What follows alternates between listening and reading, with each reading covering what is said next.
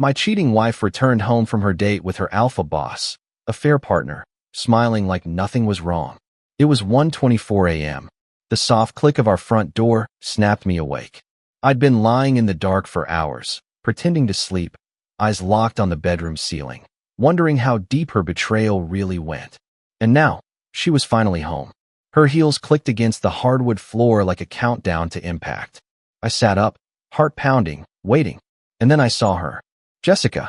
She walked into our bedroom wearing a black silk dress, low cut, tied around the hips, still smelling like someone else's damn cologne. Her lipstick was smeared just slightly at the corner of her mouth, and her hair, that blonde wave I used to run my fingers through, was a little too messed up to blame on the wind. And she was smiling. Smiling. Hey, baby, she said like she hadn't just come back from laying with another man. I didn't answer, just stared. What? She asked with a laugh. You look like you've seen a ghost.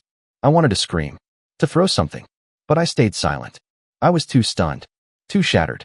All I could do was watch the woman I once adored peel off her heels like nothing happened, like she hadn't just destroyed everything.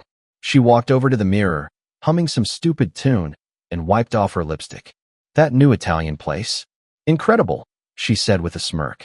They had this truffle pasta that. She froze. Just for a second. Barely noticeable. But I caught it. That twitch in her eyes. That pause. I stood up slowly. You were with him again, weren't you? I asked, my voice lower than I'd ever heard it. Logan, your boss. Jessica turned, laughing nervously. Don't be ridiculous, Matt. Logan's my boss. Yeah, but it was just a team dinner.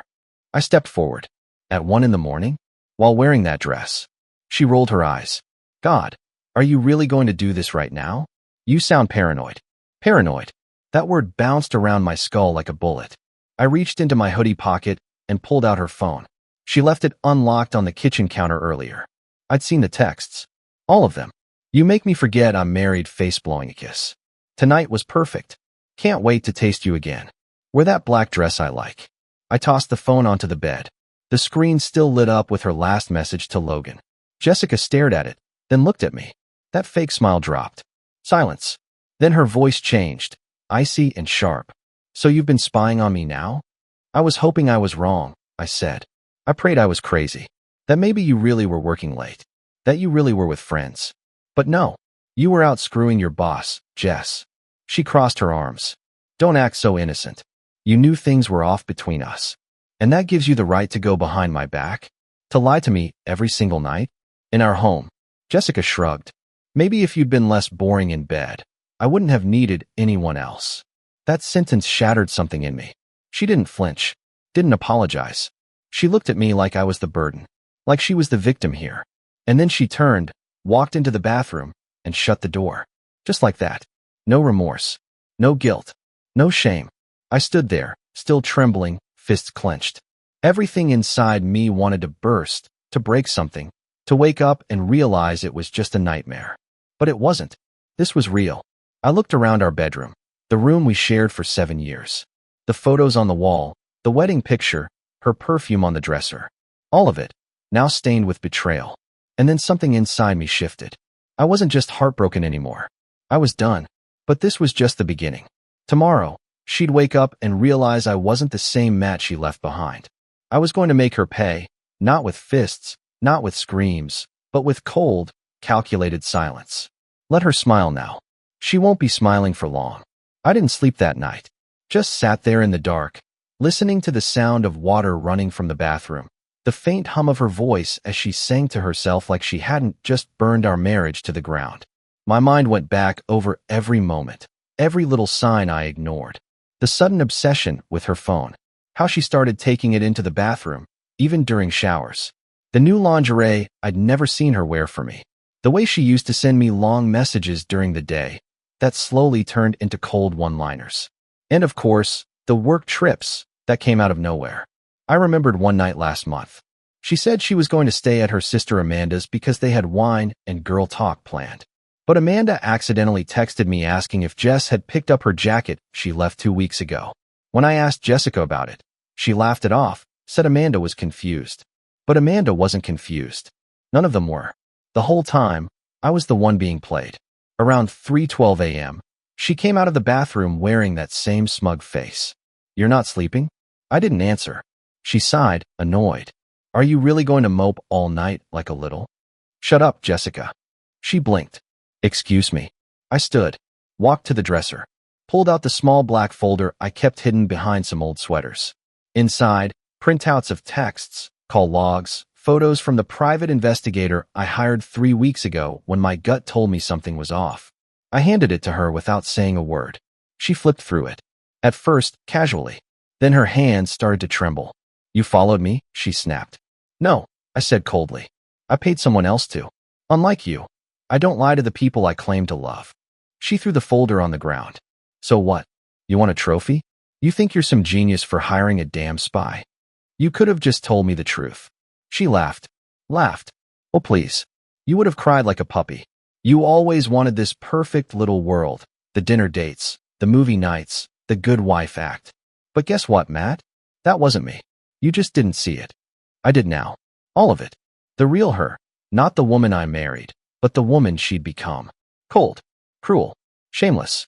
Why him? I asked. Of all people. Logan? The guy who flirts with interns in front of HR. She smiled wickedly. Because he made me feel wanted. Like a woman. Not a roommate with a ring. That one hit deep. She grabbed her pillow, stormed out of the room, and slammed the guest room door. I sat down again, staring at the wall. My ears were ringing. My heart felt like it was being ripped apart by dull blades. But beneath the pain, there was clarity. I knew now. This wasn't about me not being enough. This was about her never being satisfied. She needed attention the way addicts need a fix. She'd always find someone else to make her feel important. And when they were done using her, she'd come crawling back to me with the same fake smile. Not anymore. Tomorrow, I'd see a lawyer. She wouldn't know it yet. I'd let her enjoy her morning coffee, scroll through her texts, maybe even plan another work dinner. Then I'd drop the papers on the table. Quietly, calmly. Let her smile through that. Let's see how that mouth twists when the game flips. By the time the sun rose, I'd already packed half her things. Not sloppily. Not out of anger. Precisely. Calmly. Every dress folded. Every pair of heels tucked into their boxes. I left her the stuff she brought into the marriage. The fancy bags, the overpriced skincare junk, even the ring she'd stopped wearing 2 months ago. I didn't touch the wedding album. That one stayed on the shelf like a headstone. Jessica came down around 9, still in that silk robe, phone in hand, scrolling like her world hadn't just caught fire the night before. She froze when she saw the suitcase by the door. What is this? I didn't look up from my coffee. You're going to your sister's. She scoffed. Are you serious right now? Completely. She stepped closer. Matt, don't be dramatic. People work through this kind of stuff.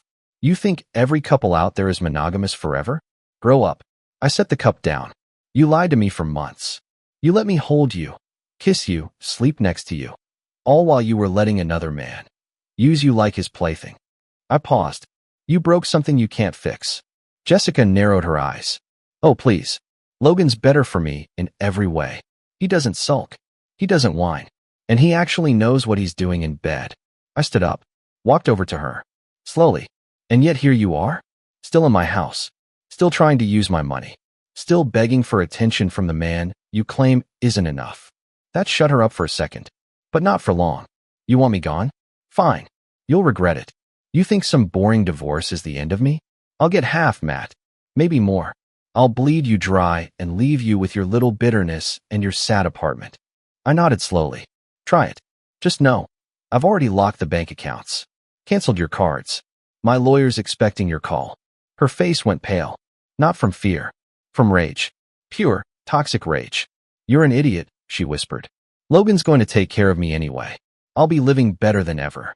Great, I said. Then you don't need anything from me. She grabbed her phone, dialed fast, put it to her ear. Hey babe, he's kicking me out. Yeah, like right now. Can you come pick? She stopped. Silence. Then, what do you mean you're busy? Her tone shifted. You said last night. No, I'm not being crazy, Logan. Are you kidding me right now? She hung up, threw her phone on the floor. It bounced once and cracked. I watched her fall apart without a single word. All that confidence, that smugness, gone in 30 seconds. Jessica looked up at me like I was supposed to comfort her. But I'd never felt colder. You thought he was going to save you? I said. You were just a game to him, Jess. The married girl. The secret thrill. And now you're yesterday's news. She stared at me, eyes wide, breath short. She looked terrified. I turned away. Your Uber's 5 minutes away. She didn't move. Then, finally, she grabbed the suitcase and stormed out. Didn't say goodbye. Didn't slam the door. Just left. The moment the door shut, I collapsed into the kitchen chair and cried like I hadn't cried in years. The tears weren't loud. No sobbing, no theatrics. Just a slow, silent leak from the corner of my eye as I sat there, staring at the empty doorway. I don't even know what I was crying for anymore. The loss of her? Or the loss of who I thought she was? You spend years with someone, building, laughing, dreaming, and it's like suddenly you realize none of it was real. It was a rented fantasy, and the lease just expired. I wiped my face, stood up, and looked around the house. Everything felt unfamiliar. The couch we picked together, the photos lining the wall, her perfume still hanging in the air like smoke after a fire. I walked to the fireplace, pulled down the picture frame of our anniversary trip to Aspen, the one where she wore that white beanie and clung to me like I was the center of her world. What a damn joke. I opened the back, took out the photo, and tore it right down the middle, right through her smile. My phone buzzed on the counter. It was Amanda, her sister. Amanda, hey, Jess is crying her eyes out here. What happened? I stared at the screen for a full minute before replying. Me. Ask her about Logan. 3 dots appeared, then disappeared, then silence. Figures. Nobody ever wants to get in the middle, even when the truth's obvious. By noon, I started clearing out everything. Her books, her makeup from the bathroom, even her fancy wine glasses. I boxed it all and labeled it, Return TO Sender. Around 3, I heard a knock at the door. I opened it to see her standing there again. Hair tied back, no makeup, hoodie and leggings. A look she hadn't worn in months. I forgot my laptop, she muttered, eyes low. I stepped aside. She walked in like a ghost of the woman who strutted through the house last night. No words, just straight to the office, grabbed her MacBook, and paused at the door. Matt. I didn't answer. I don't know what to say. I finally looked at her. And for the first time, I saw it, the crack in the mask. The girl who knew she'd gambled everything for a thrill and lost. But I didn't care. I already said everything that matters. She opened her mouth like she wanted to explain, to rewrite history. But I didn't give her the chance. Just go, Jess. She nodded and left. This time, I locked the door behind her. And then I did something I hadn't done in weeks. I opened the windows, turned on some music, and started making dinner. For myself. Just me. No pretending. No fake smiles. It was the first quiet I'd had in a long, long time. That night, the silence wasn't empty. It was peaceful. No fake laughs echoing down the hallway. No lies clinging to the air like smoke. Just the sound of a pan sizzling and the quiet hum of the fridge. I sat alone at the dinner table, eating scrambled eggs and toast, and realized how rare it felt to actually enjoy my own company. For so long, I'd been performing, trying to keep things together, walking on eggshells around her moods, her absences, her sharp tongue. I didn't even notice how heavy that had become until the weight lifted. But peace has a strange way of making you feel everything all at once. I wasn't over it. Not even close. That kind of betrayal doesn't evaporate overnight. It stays in your bones, like winter. I could still hear her laugh in my head, the mocking one she used when she thought she had the upper hand. I checked my phone. No messages. No calls. A part of me, the idiot part, expected her to send something. An apology. A threat. Anything. But there was nothing. I opened Instagram and saw she'd posted a story. Just a black screen with the words, "Some people only love the version of you they can control." I almost laughed. That's what she thought this was. Control? No, Jessica. You weren't controlled. You were trusted. And you shattered that trust like it meant nothing. I closed the app, took a long shower, stood under the hot water until my skin burned a little, tried to let the heat wash away the filth she left behind. Around midnight, the doorbell rang. I froze, walked slowly down the stairs, peered through the peephole. It wasn't her. It was Logan. Smug bastard, standing there in a pressed shirt, like he'd just come from some overpriced bar, hair slicked back, jaw clenched like he owned the world. I opened the door halfway, didn't say a word. He looked at me, hands in his pockets. "Hey," he said, like we were old friends. I didn't answer. "I didn't come here to fight," he added quickly. I just wanted to clear the air. I stepped out onto the porch, shut the door behind me. "You've got 30 seconds, I said flatly. He nodded, glanced around, then looked me dead in the eye. "Jessica meant nothing," he said. That was his opener. I didn't know how far it went until she started talking about leaving you. I told her to back off. I told her I wasn't going to be part of some homewrecker drama. I'm not trying to ruin lives, man. I stared at him. You already did. He raised his hands. Look, I get it. I screwed up, but I didn't think she'd. What? Fall apart when you cut her off. He paused. Yeah, that hit home. You don't need to worry, I said, stepping closer. You're not part of this story anymore. But if you ever show up at my house again, I won't be this calm. He opened his mouth to say something else, then thought better of it. Turned. Left. I watched him walk down the sidewalk, get into his Mercedes, and drive off into whatever pathetic chapter of his life came next. Then I went back inside, locked the door. Again. The next morning started with sunlight, not stress. No makeup brushes clattering in the bathroom. No passive-aggressive slamming of kitchen drawers. Just a soft golden light creeping through the blinds and the faint hum of the city waking up. I made black coffee, sat by the window, watched people walk their dogs, joggers pass by.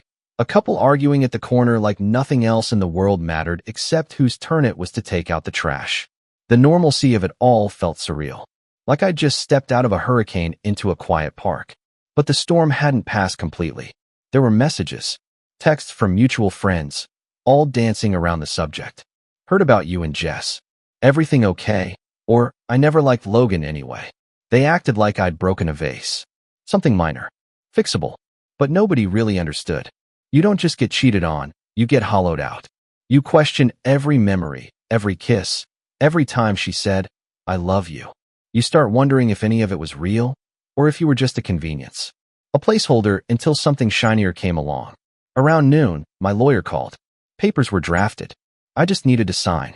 I drove over, calm as a monk, and put my name where it needed to go. A clean break. No alimony. No shared property beyond what I'd already packed for her. We had no kids, thank God, so there were no custody battles or ruined holidays to fight over. Just signatures. Ink on paper. By the time I got home, her car was already gone from the street. She'd come while I was out. Took the rest of her things. No note. No voicemail. No final I'm sorry. Good. I didn't want one. That night, I found myself standing in the hallway, staring at the empty coat rack. There used to be her red trench coat hanging there, the one she wore on our second anniversary. We'd laughed in the rain, dancing like idiots in the middle of the sidewalk. I remembered that moment like it was yesterday. Turns out, that memory was a lie too. I went to bed early.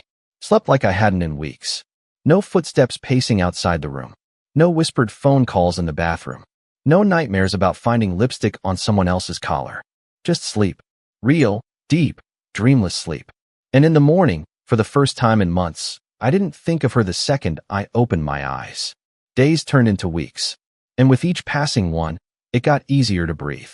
At first, I kept expecting something. A knock at the door, an email begging for another chance. Maybe a sudden apology wrapped in half-truths and crocodile tears. But nothing came. She disappeared as fast as she had changed. Like her exit was just the next role she had to play. Maybe Logan found someone newer, someone dumber. Or maybe she was busy tearing someone else's world apart the same way she did mine. I stopped caring. I poured myself into work, into fixing the apartment, into going to the gym every morning before sunrise. The soreness felt good, like punishment, or maybe purification. I started talking to people again. Real conversations. Not the fake smiles and everything's fine I used to wear like armor. Amanda texted a few times. At first, she was defensive. She thought I was overreacting, that maybe Jessica had just made a mistake. But when I sent her the screenshots, the surveillance photos, the time-stamped messages, she went silent. Then one night, around 2 a.m., Amanda sent me another message. Amanda, I'm so sorry. I didn't know. I swear to God if I had, I would have told you. I believed her. She wasn't like Jess. She had a conscience. A heart. I didn't respond. Not because I was angry. Just what was there left to say? The next weekend, I cleaned out the last drawer in the guest room. The one she always used for her journals and sketchbooks. Tucked in the back, I found a page she'd torn out and folded a dozen times. On it, in her handwriting, Sometimes I wonder if I'm even capable of love, or if I just like the feeling of being desired. I stared at those words until they blurred. That sentence haunted me more than anything she ever said to my face. Because it was real. It was the only moment of truth I'd ever seen from her. And it wasn't written for me. It was probably written for herself. Or for Logan. Or some twisted fantasy of who she wanted to be. That's when it finally clicked. It was never about me. I didn't fail. I didn't lose her. She was never mine to begin with. She was always halfway out the door, chasing something that would make her feel whole for 5 minutes before she started burning everything again. So I lit a match. Burned the note. Let the smoke carry that final piece of her away. The next morning, I stood in the mirror and saw someone I hadn't seen in a long time. Me. Not the version she twisted. Not the shell I became. Just me. Broken, maybe. But healing. Quiet. But free. It took a while, but one night, sitting on the balcony with a glass of whiskey and the city lights flickering below me, I realized something. I wasn't angry anymore. Not really. Yeah, I still remembered the way she smiled that night. That cruel, empty smile when she walked in after being with him. I still heard her voice in my head sometimes. That sharp little laugh when she mocked me like I was some naive fool who didn't know how the world worked. But it didn't hurt like before. It didn't pull me under. It was just a scar. And scars don't bleed. They remind. A few weeks later, I bumped into someone from our old circle. Kenny, a guy we used to hang out with at dinner parties. He looked awkward at first, like he didn't know what to say. Then he leaned in and said, "I heard about what happened, man. I'm sorry." She always had that look in her eye, you know? Like she was hunting something. I laughed for the first time in a long time. Not out of bitterness, just pure, stupid relief. Because I wasn't crazy. I wasn't paranoid. I'd just been in love with a woman who saw loyalty as weakness and kindness as something to exploit. I don't regret loving her. I regret not loving myself enough to walk away sooner. Now I do. I spend my weekends hiking, boxing at the gym, reading books that have nothing to do with healing or heartbreak. I meet people without flinching when they say something kind. I trust a little slower, but I don't carry her poison in my chest anymore. And if I could say one thing to someone who's in the middle of what I went through, it'd be this. Don't waste your time trying to fix someone who's still breaking you. When someone shows you who they really are, believe them. The first time. And when they walk in smiling like nothing's wrong, like they didn't just rip your heart out behind your back, smile back. Because nothing ruins them more than realizing they no longer have the power to hurt you.